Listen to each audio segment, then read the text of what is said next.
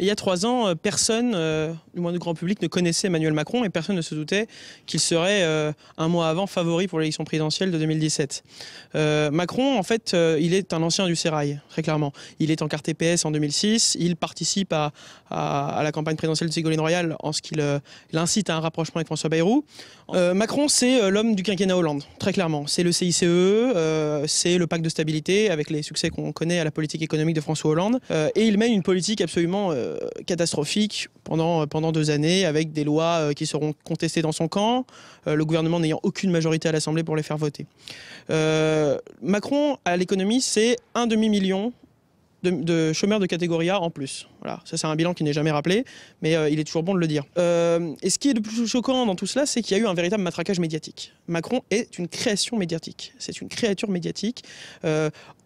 En soi, au niveau idéologique, c'est un peu tout et rien. Il est capable de dire tout et son contraire sur le cannabis, sur le mariage pour tous, sur la régulation, etc.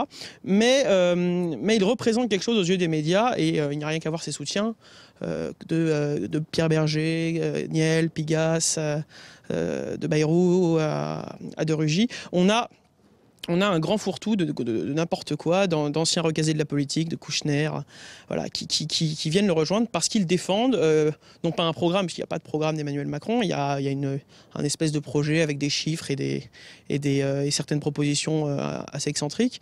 Il y a une vision et une manière de faire qui est plébiscitée, qui est fédéralisante, qui est pour la négation de l'État-nation, qui se pose en réformateur autour de flexibilité, de grands mouvements de l'économie et des droits des salariés. Donc c'est un peu tout et n'importe quoi. Et nous, on a jugé qu'au bout d'un moment, il fallait qu'il y ait une opposition, parce qu'il n'y a pas d'opposition dans les médias. BFM TV est un organe de propagande d'Emmanuel Macron.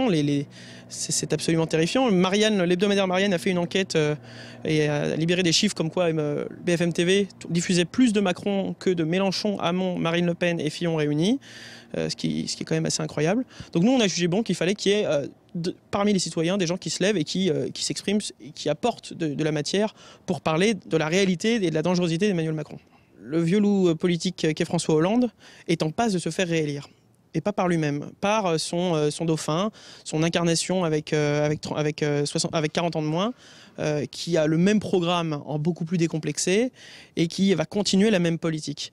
Moi, j'arrive pas à comprendre comment ce truc que représente Emmanuel Macron, cette bulle, et puis autant grossir. Alors il y a le fait que Juppé et Valls aient été écartés des primaires de gauche et de droite, mais ça n'explique pas tout. Je pense que Macron est surévalué dans les sondages.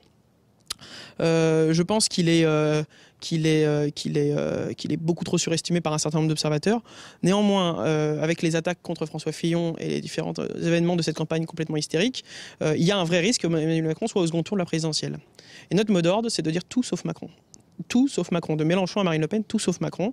Nous pensons que c'est la pire chose qui puisse arriver au pays. Emmanuel Macron, c'est le parti de la négation de la France. Ce monsieur, quand dans tout l'Occident on traverse un grand mouvement populaire, un grand mouvement des nations, veut une gouvernance économique de la zone euro. Dont aujourd'hui des économistes par dizaines et dizaines nous expliquent que ça ne va pas tenir. L'euro qui nous coûte jour après jour aussi extrêmement cher et qui est un débat qu'on n'a pas le droit d'avoir dans ce pays.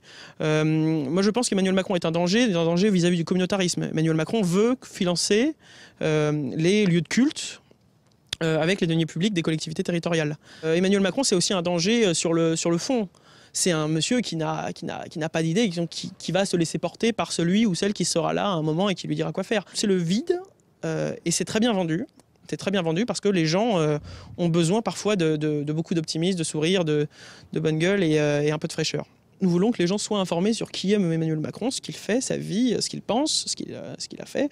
Et donc nous allons mettre en place une brochure internet qui a été écrite, argumentée et rédigée par des contributeurs, qui sera disponible sur toutsaufmacron.com et je vous invite à aller réclamer, à aller demander sur le site dès maintenant.